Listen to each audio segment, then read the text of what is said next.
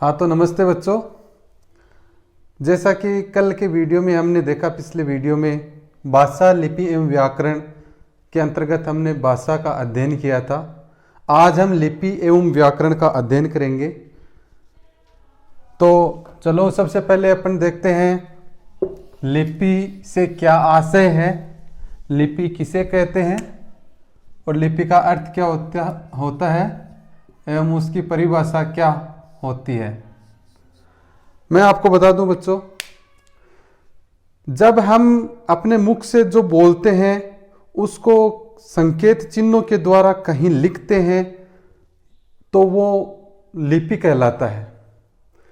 कहने का मतलब, अपनी मौखिक भाषा को जब संकेत चिन्हों के द्वारा हम कहीं अंकित करते हैं तो वो लिपि की श्रेणी में आता है। यानी भाषा का लिखित रूप ही क्या कहलाएगा? लिपि कहलाएगा। अपनी हिंदी भाषा की लिपि है, उसका नाम है देवनागरी। हिंदी भाषा की लिपि का नाम है देवनागरी। ध्यान रखना, लिपि की परिभाषा अगर पूछी जाती है तो आपको यह लिखना है कि भाषा का लिखित रूप ही लिपि कहलाता है। यानी हम मुख से जो बोलते हैं उनको जब लिखते हैं तो वो लिपि कहलाता है। अब बात आती है देवनागरी लिपि की। इसके बारे में मैं थोड़ा सा आपको बताऊं। देवनागरी लिपि ब्राह्मी लिपि से, ब्राह्मी लिपि से उत्पन्न हुई मानी जाती है। भारत में पहले ब्राह्मी लिपि चलती थी और उसी से देवनागरी लिपि की उत्पत्ति हुई है। इसका नाम देवनागरी क्यों पड़ा, ये मैं आपको थोड़ा सा बता दूं। देवनागरी नाम इसलिए पड़ा, देव प्लस नागरी। हिंदी भाषा को देवों की भाषा मानी जाती है। हिंदी भाषा को देवों की भाषा मानी जाती है और सबसे पहले गुजरात के नागर ब्राह्मणों के द्वारा या चतुर सभ्य लोगों के द्वारा प्रयोग में लाई जाने के कारण इसको नागरी, देवनागरी कहा गया। देव तो इसलिए शब्द आया कि हिंदी भाषा को देवों की भाषा मानी जाती है, और नागरी इसलिए कहा गया क्योंकि गुजरात के नागर ब्राह्मणों एवं चतुर लोगों, समझदार लोगों, सभ्य लोगों द्वारा प्रयोग में ली जाने के कारण इसका नाम क्या पड़ा? देवनागरी लिपि पड़ा। देवनागरी लिपि हिंदी की तो लिपि है ही है, हिंदी भाषा की तो, साथ साथ में ये दूसरी भाषाओं की भी लिपि है। कौन सी भाषाओं की ये देवनागरी लिपि है? हिंदी की तो है ही है देवनागरी लिपि, संस्कृत की लिपि है वो भी देवनागरी है, मराठी भाषा की लिपि भी देवनागरी है, कोंकणी व नेपाली जो भाषाएं हैं उनकी लिपि भी देवनागरी लिपि है। तो इस प्रकार देवनागरी लिपि 5 भाषाओं की लिपि है। इसके अलावा प्रत्येक भाषा की अपनी अलग लिपि भी होती है। जैसे अंग्रेजी भाषा है, इसकी लिपि होती है रोमन। उर्दू भाषा है, इसकी फारसी लिपि कहलाती है। पंजाबी जो भाषा है इसकी लिपि गुरुमुखी लिपि कहलाती है। यानी कहने का मतलब, प्रत्येक भाषा की अपनी लिपि होती है।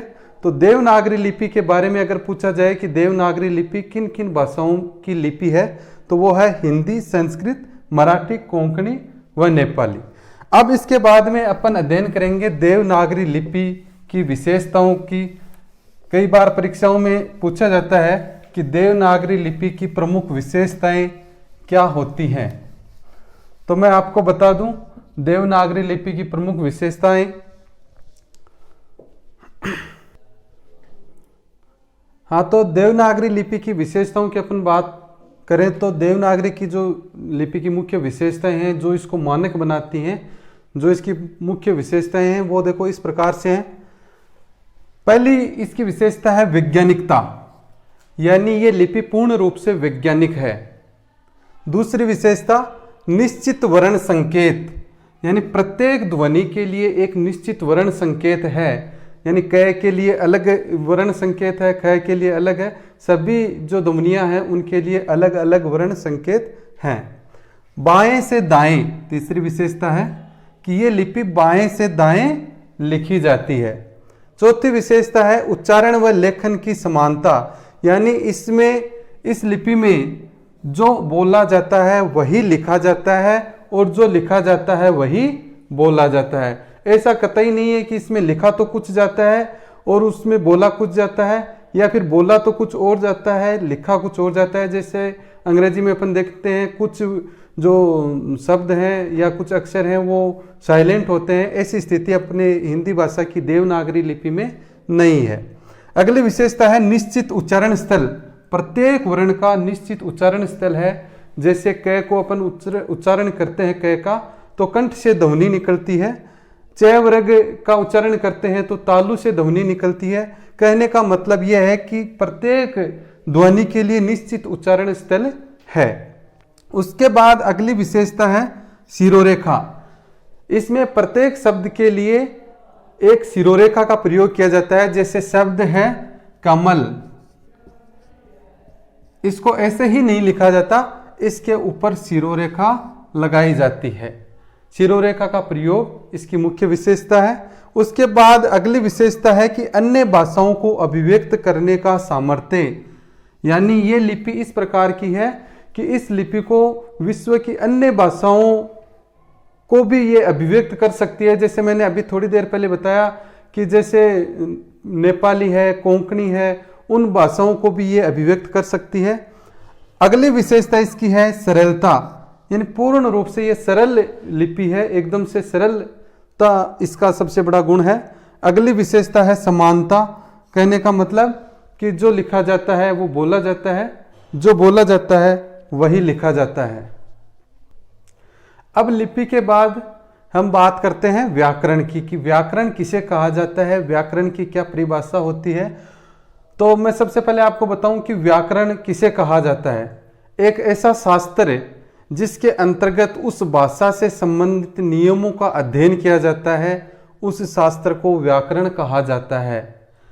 जैसे हिंदी भाषा है तो हिंदी भाषा से संबंधित जो नियम हैं, लिखने से संबंधित नियम, उच्चारण स्थलों से संबंधित नियम, पढ़ने से संबंधित नियम, जो भी नियम है हिंदी भाषा से संबंधित, उन नियमों का संग्रह क्या कहलाएगा, उस भाषा का व्याकरण कहलाएगा। तो व्याकरण की परिभाषा आप क्या लिखोगे, एक ऐसा शास्त्र जिसमें भाषा को पढ़ने, लिखने एवं समझने से संबंधित नियमों का संग्रह होता है, उसे हम व्याकरण कहते हैं। अब किसी भी भाषा का व्याकरण है वो शुद्ध वैज्ञानिक होना आवश्यक होता है। अगर व्याकरण ही वैज्ञानिक नहीं होगा तो उस भाषा को पढ़ने में भी कठिनाई होती है, लिखने में भी कठिनाई होती है और समझने में भी कठिनाई होती है। अगर इस दृष्टि से अपन हिंदी के व्याकरण की चर्चा करें तो हिंदी का व्याकरण है वो पूर्णतया वैज्ञानिक है। हिंदी का व्याकरण है वो पूर्णतया वैज्ञानिक है, शुद्धता इसमें है हिंदी के व्याकरण में, और सरलता भी इसका गुण है, और सभी नियम इसमें शामिल हैं पढ़ने, लिखने और समझने से संबंधित। इसलिए हिंदी के व्याकरण को अपन समृद्ध कह सकते हैं। ये व्याकरण की मोटी मोटी परिभाषा हुई। अब हम व्याकरण के प्रमुख भागों की चर्चा करेंगे। व्याकरण के भागों की अगर हम बात करें, कई बार परीक्षा में पूछा जाता है व्याकरण के भाग कौन कौन से हैं, तो मैं बता दूं व्याकरण के प्रमुख रूप से 4 भाग हैं, 4 अंग हैं। सबसे पहला है वर्ण विचार। वर्ण विचार में क्या होता है विद्यार्थियों, वर्ण विचार के अंतर्गत वर्णों का अध्ययन किया जाता है कि वर्णों का उच्चारण स्थल कौन सा है, वर्ण कितने प्रकार के हैं। जैसे वर्ण 2 प्रकार के होते हैं, स्वर और व्यंजन, यानी सब कहने का मतलब वर्ण से संबंधित जो भी जानकारी होती है, वर्ण से संबंधित जो भी अध्ययन किया जाता है वो वर्ण विचार के अंतर्गत किया जाता है। फिर 2 नंबर पर है शब्द विचार। शब्द विचार के अंतर्गत प्रिय विद्यार्थियों मैं आपको बता दूं शब्द से संबंधित अध्ययन किया जाता है। जैसे उत्पत्ति के आधार पर शब्द कितने प्रकार के होते हैं, प्रयोग के आधार पर या रचना के आधार पर शब्द कितने प्रकार के होते हैं। जैसे वो तत्सम, तद्भव, देशज, विदेशी, विकारी, अविकारी, इन शब्दों का अध्ययन शब्द विचार के अंतर्गत किया जाता है। 3 नंबर पर है पद विचार। जैसा कि मैंने कल आपको बताया था, पद किसे कहते हैं कि कोई शब्द जब किसी वाक्य में प्रयुक्त होता है तो वो शब्द पद विचार पद कहलाता है। तो पद से संबंधित जो अध्ययन किया जाता है वो पद विचार के अंतर्गत किया जाता है। जैसे मान लो कोई वाक्य है, उस वाक्य में जो भी शब्द है उन शब्दों का दूसरे शब्दों के साथ क्या संबंध है, कौन सा शब्द कर्ता है, कौन सा शब्द क्रियापद है, कौन सा कर्म पद है, इस प्रकार का अध्ययन हम पद विचार के अंतर्गत करते हैं। चौथा भाग है वाक्य विचार। वाक्य विचार के अंतर्गत प्रिय विद्यार्थियों वाक्य से संबंधित अध्ययन किया जाता है। जैसे वाक्य कितने प्रकार के होते हैं, वाक्य के कितने अंग होते हैं, रचना के आधार पर वाक्य कितने प्रकार के होते हैं। जैसे आपने सुने होंगे सरल वाक्य, संयुक्त वाक्य, मिश्र वाक्य, वो सब अध्ययन वाक्य विचार के अंतर्गत किया जाता है। इस प्रकार बच्चों हमने देखा भाषा के बारे में अध्ययन किया सबसे पहले, फिर लिपि के बारे में अध्ययन किया, फिर व्याकरण के बारे में अध्ययन किया, और इस प्रकार अपना जो भाषा, लिपि एवं व्याकरण से संबंधित जो चैप्टर था वो आज पूरा हुआ। मैं उम्मीद करता हूं कि आप सभी को समझ में आया होगा। आपको कैसा लगा आप जरूर बताना कमेंट बॉक्स में।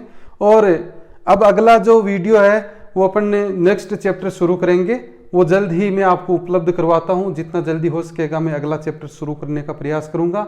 लेकिन आप एक बात का विशेष रूप से ध्यान रखना कि आप ये जो वीडियो, मैंने इस वीडियो से पहले 2 वीडियो और डाले हैं, उन्हें भी आप देखना अगर आपने नहीं देखा हो। और चैनल अगर आपने अभी तक सब्सक्राइब नहीं किया है तो उसको सब्सक्राइब जरूर करना, ताकि आपको नोटिफिकेशन मिल जाए नया वीडियो डालने पर। और साथ साथ में जो वीडियो देखो तो नोट भी करते जाओ और याद भी करते जाओ, ताकि आपका अध्ययन है वो सुचारू रूप से, व्यवस्थित रूप से। तो इस प्रकार ठीक है विद्यार्थियों, आज का वीडियो यहीं पर पूरा होता है। नेक्स्ट वीडियो का आप इंतजार करें, जल्द ही आपको उपलब्ध करवाते हैं। धन्यवाद।